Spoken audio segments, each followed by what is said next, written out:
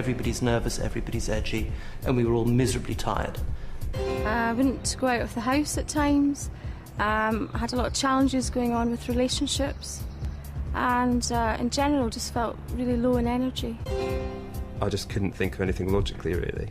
It was almost like I'd lost control of my own thoughts, feelings. It was extremely bleak, and I really felt like the only thing I could do was to take my own life.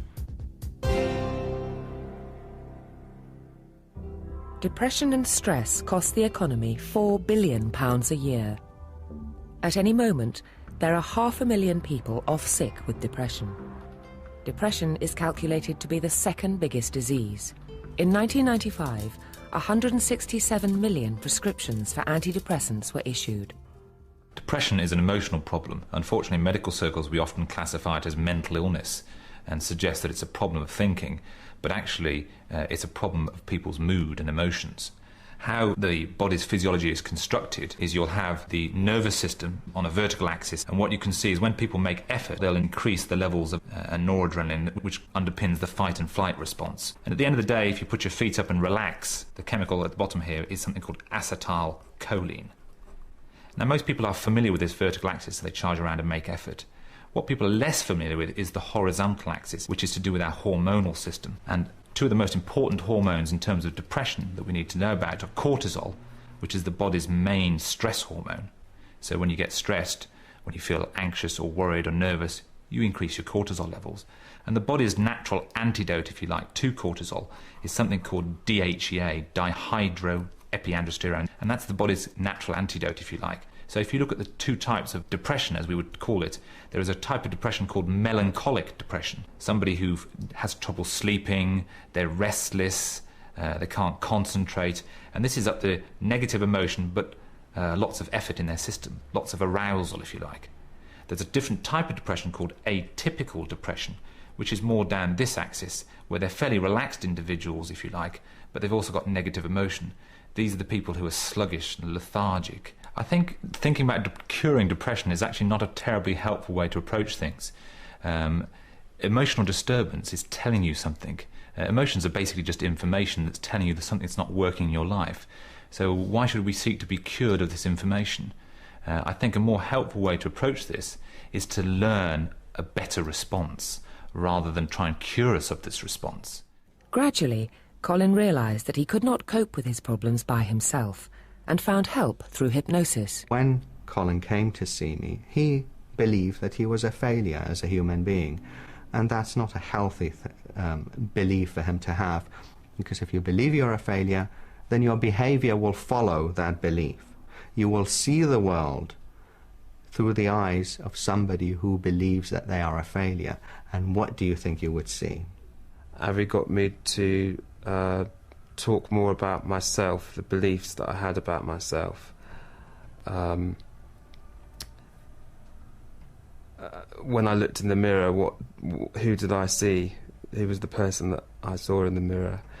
Avi was more interested in me as a person and the way I felt, the feelings I had for myself, as opposed to things that I'd experienced in my life or the issues that I had actually raised in the session.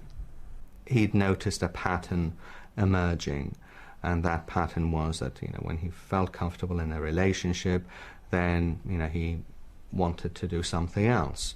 And he felt very depressed about it, because he thought, well, I'm in a good relationship, why is this happening? Why am I changing my mind, given the fact that I still love my partner? It was quite embarrassing, really, to talk about something like that, to explain how you actually see yourself. And then, I think it was the third session, Avi said that he would like to do some hypnotherapy with me. Hypnosis is really a different state of being awake. So it's the in-between state.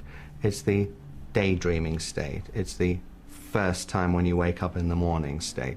So we're tapping into that natural state, because in that state an individual is at their best. They're more open to changing dysfunctional beliefs about themselves. I thought it was more of a gimmick, to be honest, to start with. I was quite interested and quite excited about it, but I was a bit suspicious of it as well. It's hard to describe, really. You're still aware of what's going on around you. It's almost as if your body is asleep, but your mind isn't. So you feel extremely relaxed. And I imagine it's how the state your body's in when you are asleep, but your mind is still switched on. Once hypnosis is achieved, well, you have a number of ways that you will be working with that person, and that depends on the goal of the therapy. He was trying to get to the root of certain beliefs that I had about myself. So rather than him taking me to a place, he was telling my mind to take me to find the place and take me there. And we worked analytically in hypnotherapy with him using a particular psychological model, which is called the inner child model. I did go back to my childhood, which to me was very strange because I don't remember a great deal about my childhood. And suddenly there I was as a boy in my grandparents' garden, and it was quite an emotional thing as well. It was quite strange. I somehow knew that the boy wasn't very happy. Was quite lonely, was sort of entertaining himself, but craved attention from other people. As an adult, I then approached the boy and asked him what was wrong, how he felt, and he told me that, how he felt. And I then, as an adult, had to explain to him how he was making me feel now in my life, and how that he felt wasn't right, and to reassure him that everything was okay and that he was loved and he didn't have to have attention from other people to be happy. So what you're doing is changing the pair of glasses, changing the failure pair of glasses and putting on a different pair of glasses where somebody then can think and believe that they are worthwhile. They're fallible, like all of us, but they are worthwhile regardless of whether they fail or whether they succeed. And that's a much more empowering belief to have. I feel completely different. I don't feel how I used to. I feel like this is a different stage of my life now, and I feel really good. Depression can be triggered by SAD, or seasonal affective disorder, which is caused by lack of sunlight. Alison Demarco uses colour therapy both as a diagnosis and a therapy. Seasonal affective disorder is a depression that is more obvious in a person in winter. What happens is that they feel very lethargic, they don't want to go out, they eat more, and they become very, very, very tired, and they really have no zest for life, or very little. I'd been to see my GP, and he couldn't really offer me very much than a tablet, and I didn't want to go down that road.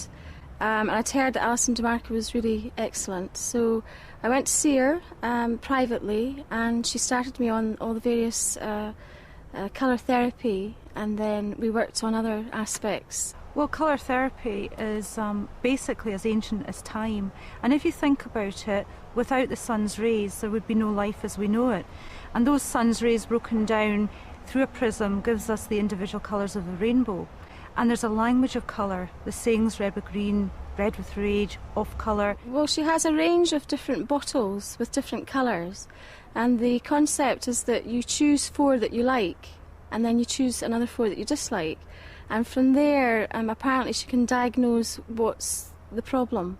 Well, there's a huge language of colour, but to give you an example, usually if someone is either attracted to or rejects green, with the combination of pink, it may be that they have emotional issues. So the blue, that would be somebody who is a good communicator, but they may not be at peace.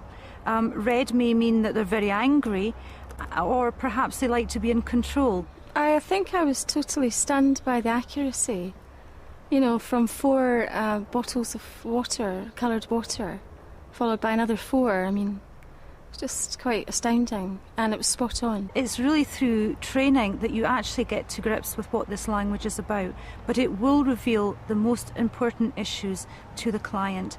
It will also reveal the root cause of why they're feeling the way they are. The colours that she chose for me back then were lower chakra colours, orange and yellow and sort of amber colours. The orange almost was like a cushion to the emotions.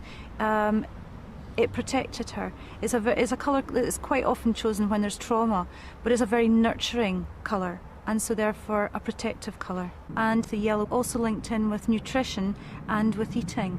So the high energy colours were what she needed at that time. Usually the patient would be sitting in a very comfortable chair, very relaxed. Again, I would also put on relaxing music, a colour visualisation tape, so that they're hearing all the colours as well, with the significance for them and healing these energy centres. Taking in the colour, breathing the colour, but also seeing the colour in front of them. And we know that the eyes take everything in, and it's just a very important part of healing. Also, a lot of advice on what foods to eat and what foods not to eat, and what colour of clothing to enhance my mood. We may also use, for example, colour water. So what I would do is I'd have a nice receptacle, like for example, if they needed energy, a yellow vase, and in that we would just put water, put it in the sunlight for a couple of hours, and then they would drink that. So that really does have an effect on the body. It seems very strange, but I mean, they worked, and that's the main thing. Well, after Lorraine's treatment, there was a marked difference in her energy levels. You could see that. And it was she was much more natural with her energy levels. She was more relaxed, and yet she had balanced energy levels. She also had motivation, and instead of sitting in her house not wanting to go out anywhere, she began to pick her life up and transform her life. When I'm feeling low, I tend to do more exercise, try and eat more healthy foods. Certainly the colour and the light work was the catalyst. And I've never looked back, and it's great, and it would be, it's so nice to be able to share my experience, and hopefully others will have comfort from it.